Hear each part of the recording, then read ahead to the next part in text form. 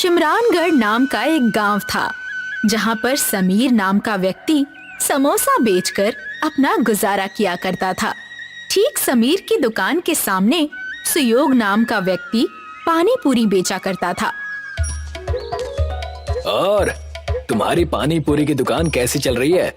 आजकल ज्यादा लोग दिखाई नहीं देते हैं तुम्हारी दुकान पर। शायद लोग मेरी दुकान से समोसा खाने में व्यस्त हो गए होंगे। भाई समीर, तुम्हारी दुकान मेरे सामने ही है और लोग तो मुझे तुम्हारी दुकान पर भी नहीं दिखते हैं। तो लोग गए कहाँ? शायद तुम्हारे समोसे खाने से उनका पेट दर्द करने लगा होगा। दोनों अपने अपने रास्ते चले जाते हैं। थोड़े दिन बीतते हैं और शहर से पूनम नाम की महिला गांव में प्रवेश करती है। पूनम के गांव में आने के बाद से लोग ना तो सुयोग की पानी पूरी खा रहे थे और ना ही समीर के समोसे। एक दिन दोनों के रास्ते फिर से टकराते हैं। भाई सुयोग, तुम्हारा धंधा कैसा चल रहा है? अभी क्या बताऊं समीर, कोई आजकल पानी पूरी खाने आता ही नहीं है। धंधा एक बार में ही इतना नीचे कैसे चला गया पता ही नहीं चल रहा। ऐसा ही हाल कुछ मेरा भी है सुयोग भाई। मैंने सुना है कि कोई पूनम नाम की महिला इस गांव में आई है और उसने कोई नया खाने का व्यंजन बेचना शुरू किया है। चलो फिर जाकर देखकर आते हैं। समीर और सुयोग दोनों ही पूनम की दुकान जाते हैं और देखते हैं कि पूनम कोई गोल मिठाई जैसे व्यंजन को बेच रही है। पूनम जी, ये आप गोल गोल खाने की क्या चीज बेच रही हैं? इसे मोमोज कहते हैं। खास इसे मैं शहर से सीख कर आई हूँ और जब से मैंने दुकान खोली है सारे गांव वाले सिर्फ मेरे पास ही ये अच्छे मोमोज खाने आते हैं। अभी इस गांव में कोई भी समोसा और पानी पूरी खाना ही नहीं चाहता। तुम अभी नई हो इस गांव में। ये मोमोज की दुकान गांव में बंद कर दो। तुम्हारे मोमोज की वजह से कोई मेरे यहाँ पानी पूरी खाने नहीं आ रहा। सही कहा, इस मोमोज की वजह से मेरी दुकान पर भी कोई समोसा खाने नहीं आ रहा। मैं तो मोमोज बेचना बंद नहीं करूंगी। तुम दोनों को जो करना है करो। अभी जाओ, मुझे मोमोज बेचने दो। आए बड़े मुझे धमकाने। समीर और सुयोग वहाँ से निकल जाते हैं और रास्ते में रुककर एक दूसरे से कहते हैं, मेरे पास एक तरकीब है। जिस तरीके से ये पूनम शहर से मोमोज बनाना सीख कर आई है ना, उसी तरीके से हम दोनों को भी शहर से कुछ सीख कर आना पड़ेगा। इस पूनम को मजा चखाने के लिए हम दोनों को एक साथ आना ही पड़ेगा। क्या कहते हो? हाँ, मैं तुम्हारा साथ दूंगा। समीर और सुयोग शहर की तरफ निकल जाते हैं। बीच में उन्हें जंगल का रास्ता मिलता है। जब वे जंगल के रास्ते से जा ही रहे थे, तभी समीर का पैर फिसल जाता है और वो एक गड्ढे में गिर जाता है। अरे समीर, तुम कहाँ गिर गए भाई? ये गड्ढा यहाँ कैसे आ गया? पक्का किसी शिकारी ने किसी जानवर के लिए गड्ढा खोद कर रखा होगा। तभी उस गड्ढे में से समीर सुयोग को आवाज लगाता है, सुयोग, नीचे आ जाओ। देखो, यहाँ पर एक अलग ही दुनिया है। वो देखता है कि गड्ढे के नीचे एक अलग ही दुनिया है, जहाँ पर दूर दूर तक एक अनोखे चमकते हुए आलू के खेत थे। दोनों ये दृश्य देखकर आश्चर्यचकित हो जाते हैं। तभी वहाँ पर एक साधु आते हैं। तुम दोनों यहाँ क्या कर रहे हो बेटा? जी, हम शहर की तरफ जा रहे थे। तभी मैं गलती से इस गड्ढे में गिर गया। जब मैं नीचे आया तो देखा कि यहाँ तो कोई अलग ही दुनिया बसी हुई है और दूर दूर तक आलू की खेती है। ये कोई साधारण आलू नहीं है। ये आलू इच्छा पूरी करते हैं। अगर ऐसा है तो एक आलू मुझे भी खाने के लिए दीजिए ना। मेरी भी एक इच्छा है। मुझे मेरी पानी पूरी दुकान पूरे गांव में सबसे ज्यादा प्रसिद्ध चाहिए। मेरी भी इच्छा है कि मेरी समोसे की दुकान पूरे गांव में सबसे ज्यादा प्रसिद्ध हो, उस मोमोज वाली से भी ज्यादा। मगर मैं तुम दोनों की ये इच्छा पूरी करने वाले आलू नहीं दे सकता। तुम दोनों के अंदर एक दूसरे के खिलाफ बहुत ईर्ष्या है। मैं तुम दोनों को ये आलू तभी दूंगा जब तुम अपने अपने अहंकार को खत्म करके साथ में मिलकर काम करने का निर्णय लो। दोनों एक दूसरे को देखते हैं और साथ में काम करने के लिए तैयार हो जाते हैं। साधु उन दोनों को एक आलू के 2 भाग करके दे देता है। अब आधा आलू तुम खाओ और आधा आलू तुम, और एक साथ अपनी इच्छा को मांगो। हम दोनों गांव में सबसे अच्छा और प्रसिद्ध समोसा पानी पूरी बेचना चाहते हैं। आलू से इच्छा कहते ही दोनों वापस उसी जंगल में पहुंच जाते हैं। वो अपनी दुकान पर लौटते हैं, तब उन्हें वहाँ पर समीर और सुयोग की दुकान के बीचों बीच एक आलू का पेड़ नजर आता है। ये आलू पेड़ पर कैसे उग रहे हैं? हमारी कल की इच्छा का फल ये आलू का पेड़ है। चलो इसमें से आलू तोड़ लो, मैं इसके समोसे बनाऊंगा और तुम उस समोसे में पानी पूरी का तीखा और मीठा पानी डालकर लोगों को खिलाना शुरू कर देना। समीर पेड़ के आलू से समोसा बनाने लगता है और सुयोग पानी पूरी की तैयारी करने लगता है। जब सब तैयार हो जाता है, तब दोनों अपने समोसा पानी पूरी को बेचना शुरू कर देते हैं। दोनों एक ही दुकान में काम करने लगते हैं। आओ आओ, समोसा पानी पूरी को चखो। यकीन नहीं आ रहा है तो खुद खा कर देख लो। तभी वहाँ से एक औरत गुजर रही थी। समोसा पानी पूरी, ये तो मैंने पहली बार सुना है। जरा एक प्लेट खिलाना। सुयोग समोसा को लेकर उसमें छेद करके उसमें मीठा और तीखा पानी डालकर उस औरत को एक प्लेट समोसा पानी पूरी दे देता है। जैसे ही वो औरत उस समोसा पानी पूरी को खाती है, उसका चेहरा खिल जाता है और वो कहती है, मैंने इससे पहले अपनी जिंदगी में इतना अच्छा कभी कुछ नहीं खाया। ये तो बहुत स्वादिष्ट है। भाई और 2 प्लेट देना और 10 प्लेट घर के लिए भी पैक कर देना। जी अभी देता हूँ। धीरे धीरे पूरे गांव में समीर और सुयोग की पानी पूरी की बातें होने लगती हैं और पूरा गांव समोसा पानी पूरी का दीवाना हो जाता है। वो सिर्फ शिमरानगढ़ नहीं बल्कि दूसरे गांवों में भी प्रसिद्ध हो चुके थे, मगर उनका उगता सूरज किसी और को चुभ रहा था। अब लोगों को क्या हो गया? मेरे दुकान पर आजकल कोई आता ही नहीं है। किसी को मोमोज खाना ही नहीं है, सबको वो समोसा पानी पूरी खाना है। और ये समोसा पानी पूरी कितना अजीब है। पूनम खुद से बातें करने में लगी थी, तभी वहाँ पर सूरज दलाल आ जाता है। क्या हो गया पूनम जी? मोमोज नहीं बिक रहे, इसीलिए तो परेशान नहीं हैं। मैं परेशान क्यों ना हूँ? इतनी मेहनत करके शहर जाकर मैं मोमोज बनाना सीख कर आई थी। मुझे कुछ करना होगा, नहीं तो मेरे लेने के देने पड़ जाएंगे। मुझे पता है कि उन दोनों की दुखती रग क्या है। क्या है? मुझे बताओ। और तुम्हें कैसे पता? सब बताता हूँ, धैर्य रखिए, मैं आपकी मदद करूँगा, मगर आपको मेरी मुंह बोली रकम देनी होगी। ठीक है बाबा। सूरज पूनम को आलू के पेड़ के बारे में बताता है और उसके साथ मिलकर समीर और सुयोग के समोसा पानी पूरी को गांव से हटाने की योजना बनाने लगता है। रात हो जाती है। समीर और सुयोग दुकान बंद करके अपने घर जाने लगते हैं। उनके जाने के बाद वहाँ पर पूनम और सूरज आते हैं। देखिए, मैं इसी पेड़ की बात कर रहा था। यही वो पेड़ है जो अचानक से एक ही दिन में उग गया। इसी पेड़ के आलू तोड़कर वो लोग समोसा पानी पूरी बनाते हैं। मैंने कभी आलू देने वाले पेड़ के बारे में नहीं सुना है। इसमें पक्का किसी तरह का जादू होगा। आज इसे यहीं जलाकर राख कर दूंगी मैं। फिर देखती हूँ ये लोग कैसे समोसा पानी पूरी बनाते हैं। दोनों मिलकर उस पेड़ को काटने लगते हैं और दोनों काफी थक जाते हैं। पूनम जी, मैं तो कहता हूँ कि बाकी पेड़ कल काट लेंगे। सुबह होने वाली है, किसी ने देख लिया तो लेने के देने पड़ जाएंगे। तुम सही कह रहे हो। चलो यहाँ से अभी निकलते हैं, कल आकर अपना काम पूरा कर लेंगे। दोनों वहाँ से निकल जाते हैं। जैसे ही सूरज उगने लगता है, समीर और सुयोग दोनों ही अपनी दुकान खोलने आते हैं और देखते हैं कि पेड़ आधा कटा हुआ है। और जैसे ही सूरज की किरण उस पेड़ पर पड़ती है, पेड़ वापस से ठीक हो जाता है। तुमने देखा जो मैंने देखा? हाँ, मैंने देखा किस तरह से ये पेड़ अपने आप ही ठीक हो गया। मगर इस पेड़ को काटा किसने था?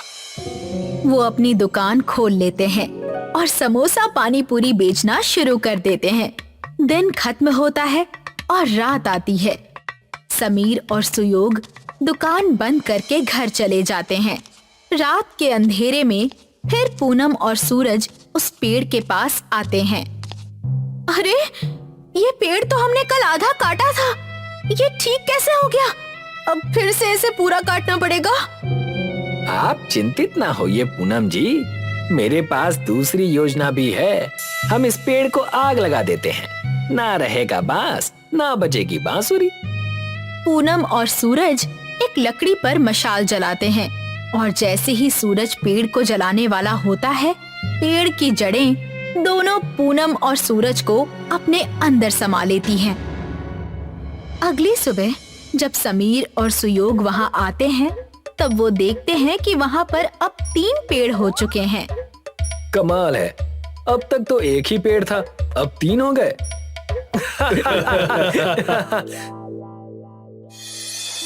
पुरीगंज नाम का एक गांव था, जहां पर सुरेश नाम का एक व्यक्ति अपने माता पिता के साथ रहा करता था। सुरेश को पानी पूरी खाना बहुत पसंद था। सुरेश और गांव के काफी लोगों को दूसरे गांव जाना पड़ता था। माँ, थोड़े पैसे मिल सकते हैं? मुझे पानी पूरी खाने जाना है। नहीं, बिल्कुल भी पैसे नहीं मिलेंगे। 20 रुपए के पानी पूरी के लिए 40 रुपए खर्च करके पानी पूरी खाने जाते हो तुम। माँ, अब क्या कर सकते हैं? हमारे गांव में पानी पूरी वाला तो है ही नहीं। इस गांव में बड़े पहाड़ को छोड़कर और कुछ नहीं है। जब सुरेश अपनी माँ से ये बात कर ही रहा होता है, उतने में ही सुरेश के पिता वहाँ आ जाते हैं। बेटा, तुम जब देखो तब सिर्फ पानी पूरी खाने की ही बातें करते रहते हो। ये सब छोड़कर कोई काम धंधा क्यों नहीं ढूंढ लेते? मेरे हाथ खेती कर करके घिस चुके हैं। हाँ पिताजी, मैं काम ढूंढ लूंगा। जब देखो तब आप मुझे ताना देते रहते हैं। अच्छा छोड़िए, थोड़े पैसे दे दीजिए। पानी पूरी खाने दूसरे गांव सुभाष नगर जाना है। बेटा, तुम कब सुधरोगे? सुरेश के पिताजी सुरेश को पानी पूरी खाने के लिए 50 रुपए देते हैं और सुरेश गांव के बड़े से पेड़ के नीचे जाकर अपने दोस्त रोहन का इंतजार करने लगता है। रोहन थोड़ी ही देर में वहां पहुंच जाता है। क्या हुआ? तुम इतने चिंता में क्यों लग रहे हो? अभी क्या बताऊं रोहन, माँ और पिताजी दोनों ही काम ढूंढने के लिए दबाव बना रहे हैं। मैं काम तो करना चाहता हूँ, मगर कोई काम मिले तब ना। बात तो सही कह रहे हो। अब मुझे ही देख लो, मैं कब से काम ढूंढ रहा हूँ, मगर मुझे अब तक कोई काम नहीं मिला। खैर छोड़ो, जल्दी चलो, नहीं तो सुभाष नगर जाने वाली बस छूट जाएगी। हाँ, चलो। सुरेश और रोहन दोनों ही पानी पूरी खाने के लिए निकल जाते हैं और दूसरी ओर गांव का लालची जमींदार लखन अपने कामगार गुल्लू को अपने पास बुलाता है।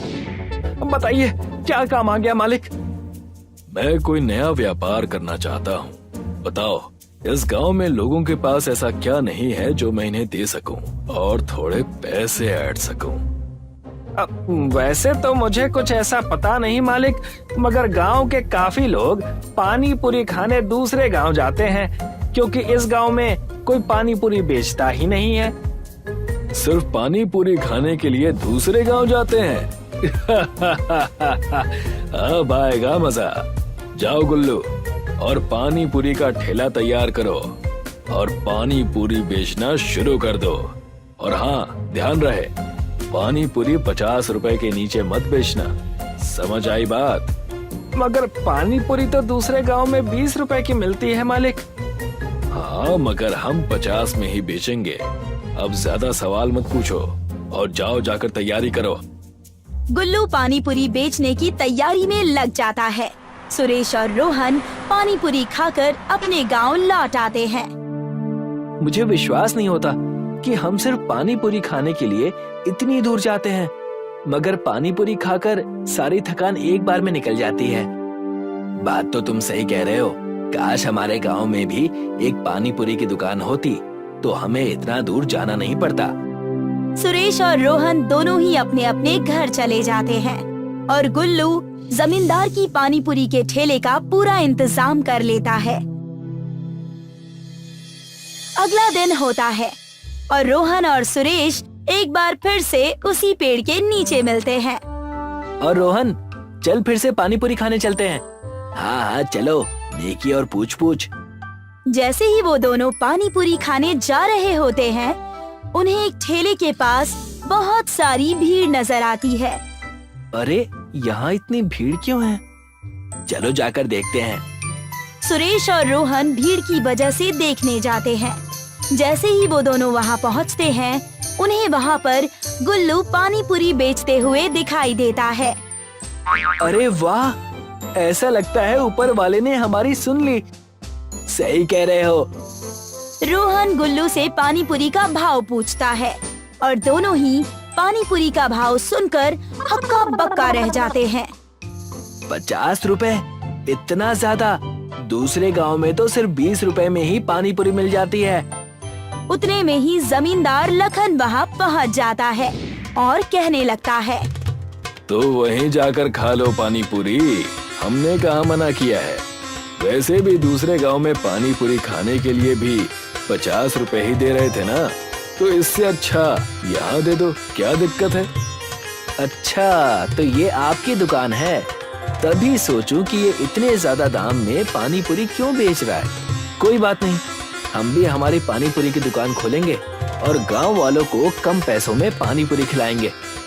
जाओ जाओ, बस गांव में एक मैं ही हूँ जिन्हें बाहर के लोग पानी पूरी की पूरी बना कर देते हैं। जरा मैं भी तो देखूं कि तुम दुकान कैसे खोलते हो। सुरेश और रोहन दोनों ही वहाँ से निकल जाते हैं और सोचने लगते हैं कि वो कैसे पानी पूरी की दुकान के लिए पूरी ढूंढ सके। तुमने जोश जोश में कह तो दिया, मगर हम पूरी का जुगाड़ करेंगे कैसे? हमें कुछ ना कुछ तो करना ही होगा, वरना ये जमींदार ऐसे ही लोगों से पैसे ऐंठता रहेगा। जब वो ये बात कह ही रहे होते हैं, वहाँ से एक बूढ़ा व्यक्ति बड़ी ही थकी हुई हालत में गुजर रहा होता है। पानी, पानी, कोई मुझे पानी दे दो। आप ठीक तो है ना दादाजी? रुकिए, मैं अभी पानी का बंदोबस्त करता हूँ। रोहन, जाओ, पास में जो भी घर हो वहाँ से पानी लेकर आओ। अभी लेकर आता हूँ। रोहन भागकर जाकर पास वाले घर से पानी लेकर आता है और उस बूढ़े व्यक्ति को पानी पीने के लिए देता है और उनसे पूछता है कि वो इतने थक हार कर कहाँ से आ रहे हैं।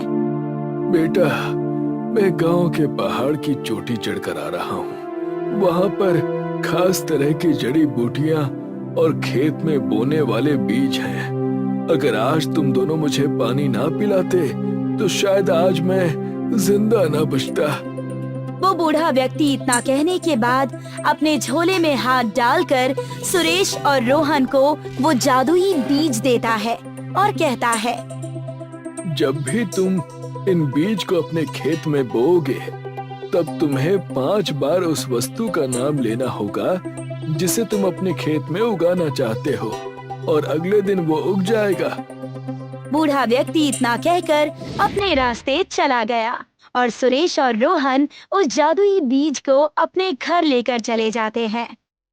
चलो आज ही जाकर इस बीज को मेरे पिताजी के खेत में गाड़ देते हैं और देखते हैं कि ये सच में जादुई है या नहीं। सही कह रहे हो, अगर ये काम कर गया ना तो हमारी पूरी समस्या खत्म हो जाएगी। सुरेश और रोहन दोनों ही उस बीज को लेकर खेत में जाते हैं और 5 बार पानी पूरी का नाम लेकर उस बीज को खेत में बो देते हैं। अगली ही सुबह खेत में पूरी उग जाती है और सुरेश और रोहन दोनों ही अपनी पानी पूरी का ठेला डाल देते हैं और सिर्फ 20 रुपए में पानी पूरी बेचना शुरू कर देते हैं। अरे ये तो बड़ी अच्छी दुकान दिख रही है, जरा एक प्लेट तो लगाना भाई। जी अभी लगाता हूँ। सुरेश अपने ग्राहक को पानी पूरी खिलाता है। मैंने आज से पहले कभी भी इतनी अच्छी पानी पूरी नहीं खाई। मजा आ गया इस पानी पूरी को खाकर। एक काम करो, और 2 प्लेट लगा दो और 2 प्लेट घर के लिए भी बांध दो।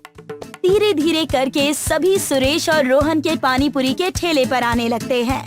जब भी पूरी कम पड़ जाती है, पानी पूरी की खेती से पूरी लेकर आ जाता है। गांव वालों ने जमींदार के पानी पूरी के ठेले में से पानी पूरी खाना बंद कर दिया था। ये देखकर जमींदार आग बबूला हो जाता है और अपने कामगार गुल्लू से कहता है, गुल्लू, क्या हुआ? पानी पूरी का धंधा चल क्यों नहीं रहा? मालिक, वो पानी पूरी को 20 रुपए में बेच रहा है और हम 50 रुपए में। और मैंने तो सुना है कि उसकी पानी पूरी काफी स्वादिष्ट है। हमें कुछ ना कुछ तो करना पड़ेगा, नहीं तो सारा धंधा चौपट हो जाएगा। मेरे पास एक तरकीब है। अब कैसी तरकीब मालिक? जैसा मैं कहूँ बस वैसा करना गुल्लू। चलो मेरे साथ। जैसे ही रात होती है, जमींदार और गुल्लू दोनों ही रात के अंधेरे में आकर सुरेश और रोहन के ठेले में आग लगा देते हैं। बहुत पानी पूरी बेचने का शौक था ना, अब बेचते रहना पानी पूरी। अगले दिन जब सुरेश और रोहन अपनी पानी पूरी बेचने आते हैं, तब वो देखते हैं कि उनका ठेला तो पूरी तरीके से जला हुआ है। ये किसने किया? भला ऐसा कोई क्यों करेगा? ये पक्का उस जमींदार का काम होगा। हमारी दुकान की वजह से उसकी पानी पूरी की दुकान नहीं चल रही होगी और वो लोगों से पैसे नहीं ऐंठ पा रहा होगा। मगर मैं हार नहीं मानूंगा, हम फिर से एक ठेला लगाएंगे। सुरेश और रोहन फिर से ठेला बनाते हैं और अपनी पानी पूरी एक बार फिर से गांव में बेचना शुरू करते हैं। और ये बात गुल्लू जाकर अपने मालिक जमींदार लखन को बताता है। क्या उन्होंने फिर से अपना ठेला लगा लिया? जी मालिक, इनके ठेले पर आग लगाने का कोई फायदा नहीं हुआ। तो हम सीधा जड़ पर हमला करेंगे। मैंने सुना है कि सुरेश के पिता के पास एक खेत है जहाँ पर ये दोनों जादुई पानी पूरी की खेती करते हैं। ये तो मैंने भी सुना है, मगर आप करने क्या वाले हैं? चल जाएगा, सब पता चल जाएगा। बस तुम मेरे साथ चलो। जैसे ही रात होती है, जमींदार और गुल्लू दोनों ही पानी पूरी की खेत में आ जाते हैं। तो ये है इनकी पानी पूरी की पूरी का राज। आज सब खत्म कर दूंगा। ना रहेगा बांस और ना बचेगी बांसुरी। जैसे ही जमींदार खेत में आग लगाने वाला होता है, उतने में ही खेत के बाजू में गड़े पेड़ की जड़ें उन्हें जकड़ लेती हैं। मालिक, आप बचाइए मालिक, आप बचाइए। अरे मैं खुद जकड़ा गया हूँ। पूरी रात जमींदार और गुल्लू फंसे होते हैं। अगले दिन जब सुरेश और रोहन पूरी की खेती करने आते हैं, तभी वो जमींदार लखन और गुल्लू को जकड़ा हुआ देखते हैं। मुझे माफ कर दो सुरेश और रोहन, मैं तुम्हारी खेती जलाने के लिए आया था, मगर यहाँ के झाड़ों ने हमें जकड़ लिया। मैं तुम दोनों को आश्वासन देता हूँ कि मैं अपने सारे गलत काम छोड़ दूंगा और पानी पूरी भी 20 रुपए में बेचना शुरू कर दूंगा। ये झाड़ इन खेतों की रक्षा करते हैं। आपको अपनी गलती का पछतावा है, हमारे लिए बस इतना ही काफी है। जैसे ही सुरेश और रोहन जमींदार और गुल्लू को माफ कर देते हैं, वैसे ही पेड़ उन्हें छोड़ देते हैं।